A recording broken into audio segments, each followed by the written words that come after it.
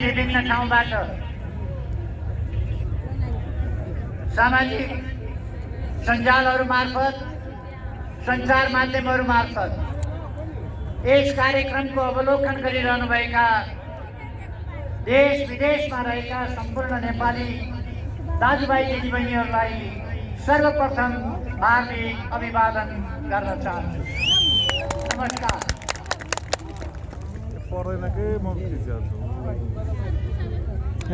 नेकपा एमालेका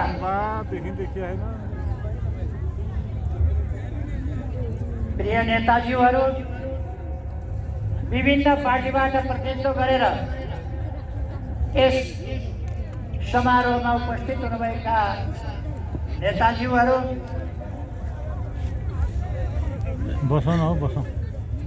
नेकपा एमालेको यस ऐतिहासिक बोर्डमा आयोजना भइरहेको 11औं राष्ट्रिय महाधिवेशनमा सहभागी हुन आउनुभएका सम्पूर्ण प्रतिनिधि साथीहरू, पर्यवेक्षक साथीहरू र यस महाजनसागरमा उपस्थित सम्पूर्ण दिदीबहिनी तथा दाजुभाइहरू,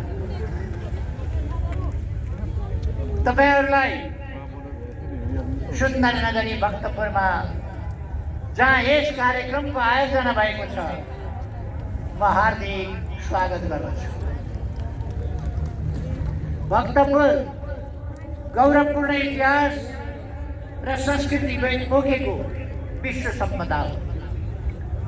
हरेक लोकतान्त्रिक आन्दोलनमा बलिदानको कीर्तिमान राखेको देशभक्त नागरिकहरूको वासस्थान, परिश्रमी र इमान्दार किसानहरूका पसिनाले सिंचित उर्वर भूमि, यस ऐतिहासिक नगरीमा तपाईहरूको यो भव्य उपस्थिति देखेर म गौरवान्वित भएको छु। सम्झिरहेको छु 3 महिना अगाडिका ती कहानी लाग्दा दिन, जति बेला देश युद्धभूमि जस्तै जलिरहेको थियो, आततायीहरूबाट जलाइरहेको, जति बेला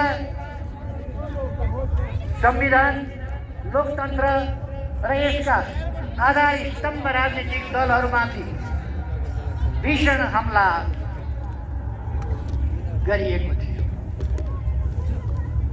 एउटा भाष्य निर्माण गर्ने कोसिस भइरहेको थियो। पुराना पार्टीहरू सकिए, पुराना नेताहरूका दिन गए र नेकपा एमालेको सान्दर्भिकता समाप्त भयो, यस्तो भाष्य खडा गर्न खोजिएको थियो। धुवाँ, खरानी र निषेधका प्रत्येक प्रहारलाई चिर्दै अब जब आज यो जनसागर यहाँ यसरी ओर्लिएको छ, म ढुक्कले भन्न सक्छु, लोकतन्त्र अझै छ, नेकपा एमाले अजम्बरी। मङ्सिरको चिसो सिरेटो पन्छाउँदै यहाँ आउने हुने तपाईहरू सबैलाई फेरि पनि हार्दिक स्वागत गर्दछु।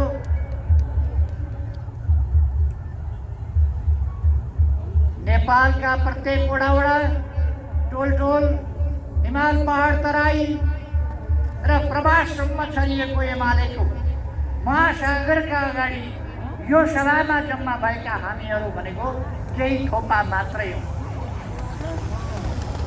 नेकपा एमालेले ठुलै सभा गर्यो भन्ने बित्तिकै मान्छेले फेरि यही सभामा उपस्थित मात्रै एमाले भन्ने नठानुन्। यो सभामा उपस्थित एमाले महासागरको एउटा थोपा मात्रै हो भनेर मैले भने।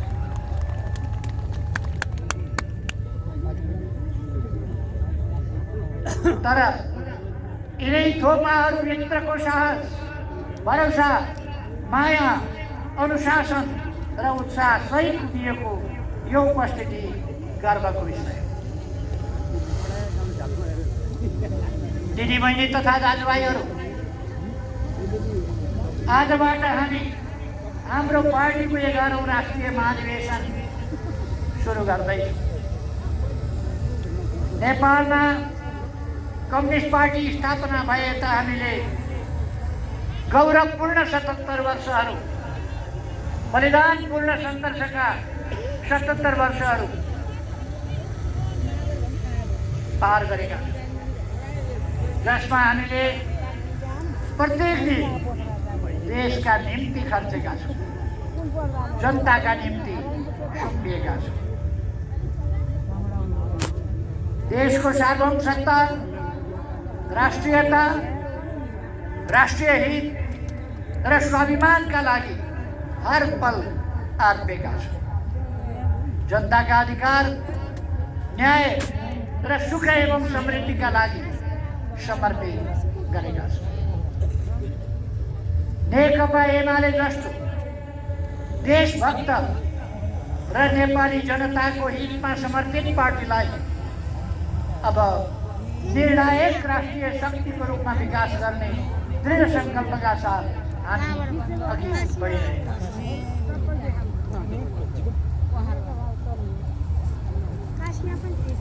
यस काममा हामीलाई मार्गदर्शन गर्न जनताको बहुदलीय जनवाद छ। यस मार्गदर्शनमा समृद्ध नेपाल सुखी नेपालीको गन्तव्य तय गरेर हामी अगाडि बढिरहेका छौँ। यस देशका अलिकति वा आंशिक रूपमा होइन, तमाम जनतालाई समृद्ध बनाउने, सिङ्गो देशलाई समृद्ध बनाउने र सम्पूर्ण जनतालाई सुखी बनाउने हाम्रो गन्तव्यतर्फ हामी अघि बढिरहेका छौँ।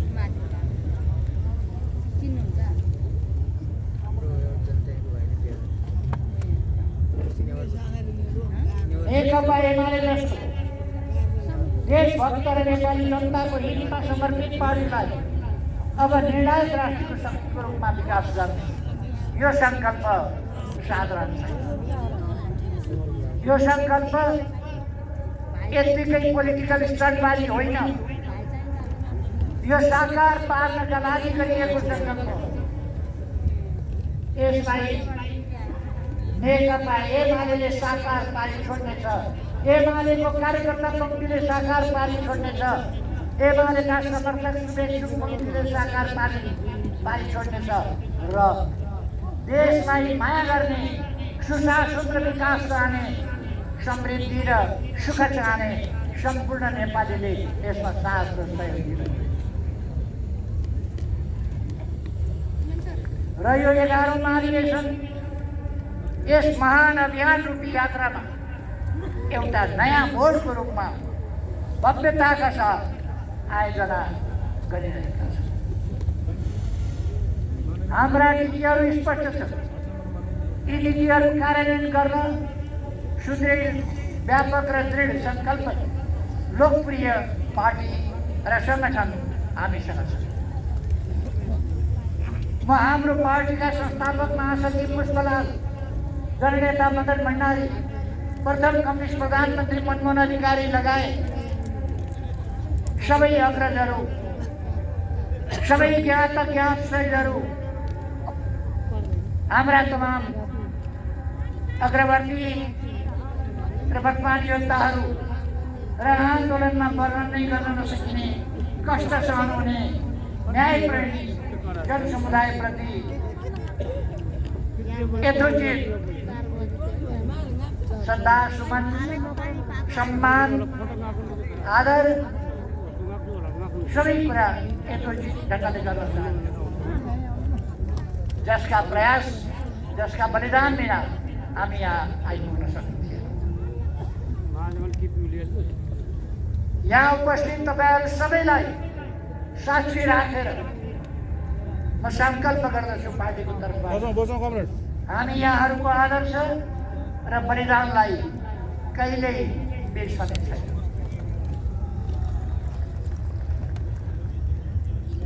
यति लामो यात्रामा हामीले कहिल्यै गल्ती गरेनौँ या हामीबाट कमजोरी रहेनन् भन्ने होइन, तर हाम्रो निष्ठा, समर्पण र इमानप्रति हामी हरेकलाई गौरव छ। कम्युनिस्ट पार्टीको यही बलिदानी सङ्घर्षका बलमा आज मुलुक सङ्घीय लोकतान्त्रिक गणतन्त्रमा रूपान्तरित भएको छ। 7 सालको क्रान्तिमा कम्युनिस्ट पार्टी भर्खरै स्थापना भएको थियो। यसको नेतृत्वदायी भूमिका नहुँदा क्रान्ति अहिले अधुरै रह्यो। 46 सालमा कम्युनिस्ट पार्टी सबल र संयुक्त नेतृत्व गर्ने ठाउँमा विकसित भएको थियो। आन्दोलनले राजाको निरङ्कुशता र पञ्चायती तानाशाहीको अन्त्य गरौँ, हामी सबैलाई थाहा छ। 62-63 कम्युनिस्ट पार्टी नेतृत्वदायी भूमिकामा रह्यो। तसर्थ राजतन्त्र अन्त्य भयो, गणतन्त्र स्थापना भयो र जनताको हकले संविधान लेखियो। त्यति बेला अरू पार्टीहरूका भूमिका तपाईँहरूको सम्झनामा ताजै छ, ककस उठेको थियो। त्यसैले हामी भन्न सक्छौँ कम्युनिस्ट पार्टी जति जति बलियो हुन्छ त्यति त्यति लोकतन्त्रले पूर्णता पाउँछ, राष्ट्रिय स्वाभिमान सुदृढ हुन्छ, समृद्धिको यात्रा अगाडि बढ्छ। आज हामी त्यसै कारण पार्टीलाई निर्णायक राष्ट्रिय शक्तिको रूपमा सुदृढ गर्दै समृद्ध नेपाल, सुखी नेपालीको राष्ट्रिय गन्तव्य हासिल गर्न अगाडि बढ्न चाहन्छौँ, बढिरहेका छौँ। कमरेडहरू, दाजुभाइ तथा दिदीबहिनीहरू, 8 दशकको यस गौरवशाली यात्रामा हामीले केही विरासतहरू, केही मानकहरू, केही पहिचानहरू बनाएका छौँ। नेकपा एमाले अर्थात् राष्ट्रियताको पहरेदार, देशभक्तिपूर्ण आन्दोलनको नायक, हामीले यी 8 दशकमा यो परिचय स्थापना गरेका छौँ, यो मानक बनाएका छौँ। नेकपा एमाले अर्थात् लोकतान्त्रिक आन्दोलनको अग्रपङ्क्तिको योद्धा, यसको अभेद्य किल्ला। नेकपा एमाले अर्थात् सामाजिक न्याय र सामाजिक सुरक्षाको पायनियर, सुरुवाती अभियन्ता, जसका कारण आज 38 लाख नागरिकहरूले जीवनमा एउटा सहारा पाउनु भएको छ। नेकपा एमाले अर्थात् सामाजिक सद्भाव र राष्ट्रिय एकताको सम्वाद, जसले विभिन्न बहानामा समाजलाई विखण्डित गर्ने र जनतालाई विभाजित गर्ने कुचेष्टालाई असफल पार्दै आएको छ। नेकपा एमाले अर्थात् समावेशिताको अगुवा, जसले राज्यका हरेक अङ्गमा न्यूनतम 1/3 महिला सहभागिता सहित दलित, अल्पसङ्ख्यक, पिछडी पारिएका समुदाय, क्षेत्र, वर्ग र शारीरिक रूपमा अशक्त अपाङ्गता रहेका समुदाय समेतलाई मूलधारमा ल्याउन अग्रणी भूमिका खेलेको छ। नेकपा एमाले अर्थात् नेपाली विशेषता सहितको समाजवाद निर्माणको अभियानमा जनताको बहुदलीय जनवाद जस्तो नवीनतम सोचको संवाहक र परिपूर्ण लोकतन्त्रको भाष्यका। नेकपा एमाले अर्थात् गाउँतिर जनसहभागितामूलक विकासको अग्रणी, ठुला पूर्वाधार निर्माणको पहलकर्ता, भूकम्पपछिको पुनर्निर्माणको सफल अभियन्ता। नेकपा एमाले अर्थात् मानवतावाद, न्याय, संयुक्त राष्ट्रसङ्घको बडापत्र, पञ्चशीलको सिद्धान्त र हामी पक्ष भएका अन्य अन्तर्राष्ट्रिय सन्धि सम्झौताहरूको पालना र विश्व शान्तिमा आधारित विदेश नीति रहेको। नेकपा एमाले अर्थात् असल विश्वस्तरीय छिमेक सम्बन्ध र पारस्परिक हित र सम्मानका आधारमा अन्तर्राष्ट्रिय सम्बन्ध स्थापित गरे। नेकपा एमाले अर्थात् समृद्धिको स्वप्नद्रष्टा र परिकल्पनाका जसले भन्छ प्रकृतिको यति सुन्दर वरदान पाएको र संस्कृतिको धनी नेपाल गरिब रहनै सक्दैन। हामी आफ्नै पौरख र बलमा समृद्ध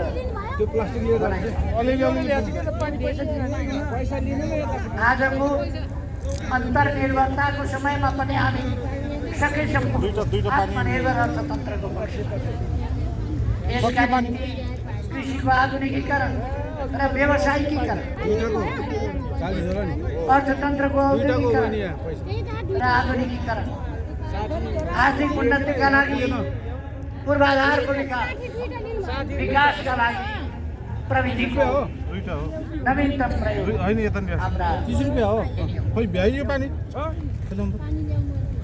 हामी सपना त देख्छौँ तर सपना मात्रै देख्दैनौँ र सपना मात्रै बाँड्दैनौँ। प्रत्येक दिन यस यात्रामा एक पाइला अघि बढ्छौँ। हामीले नेतृत्व गर्दा मुलुकले हासिल गरेको आर्थिक वृद्धि र अल्प विकसित अवस्थाबाट नेपालको स्तरोन्नतिका निम्ति भएका कामले यसको पुष्टि गर्छ। विरासतको यो सूची लामो बनाउन सकिन्छ तर मलाई विश्वास छ एमालेको पहिचानको त्यो सूची तपाईँहरूको मनभित्रै पुगिएको छ। तब त सबै बाधा सिर्जनेर तपाईँहरू यहाँ आउनुभएको छ। यिनै विरासतले गर्दा आज पनि यो पार्टी जनताको मनमा छ। हामी राजनीतिलाई एक्लै लोकतन्त्रलाई राजनीतिको घेराभित्र मात्रै सीमित राख्दैन। त्यसै कारण हामी परिपूर्ण लोकतन्त्रको पक्षमा छौँ। राजनीति सिङ्गो नेपाल र सबै नेपाली जनताको सुरक्षा, सम्मान र उन्नतिका लागि हुनुपर्छ। राजनीति मानव र मानव संसाधनको विकास र खुशहालीसँग सम्बन्धित हुनुपर्छ। हाम्रो राजनीति हाम्रा लागि मात्रै होइन, विश्व शान्ति, विश्व वातावरण र विश्वव्यापी रूपमा सामाजिक न्याय, समानता र मानव अधिकारको पक्षमा हुनुपर्दछ। तर हामी माथिका प्रहार पनि कम छैन। हामी भन्छौँ देशहरू भूगोलमा साना वा ठुला होलान्, जनसङ्ख्यामा ठुला वा साना होलान्, तर सार्वभौम सत्ता सबैको बराबर हुन्छ, उत्तिकै सम्मान। कतिलाई लाग्छ सानो देशले हामीसँग बराबरी गर्न खोज्ने? हामी जन्मजात श्रेष्ठताका आधारमा शासन गर्ने व्यवस्था सामग्री हो। सबै नागरिक बराबर र आजको युगमा अनिर्वाचित सत्ता हामीलाई मन्जुर छैन। स्पष्ट रूपमा भन्दछु।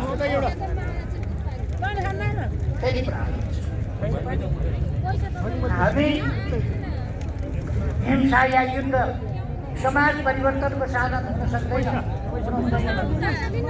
जनताको मन जितेर शान्तिपूर्ण ढङ्गले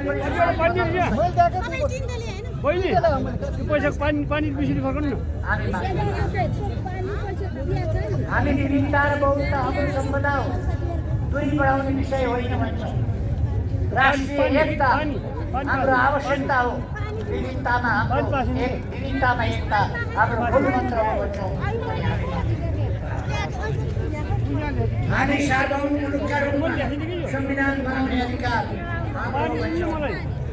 संविधान संशोधन गर्ने अधिकार हाम्रो हो भन्छौँ। हाम्रो प्रयोग, सदुपयोग, सुपयोग हामी गर्छौँ भन्छौँ। कस्तो देशले कुन बाटो रोज्ने, कस्तो राजनीतिक प्रणाली बनाउने निर्णय गर्ने अधिकार हाम्रो हो भन्छौँ। कतिलाई मन पर्दैन अनि हामी माथि प्रहार हुन्छ।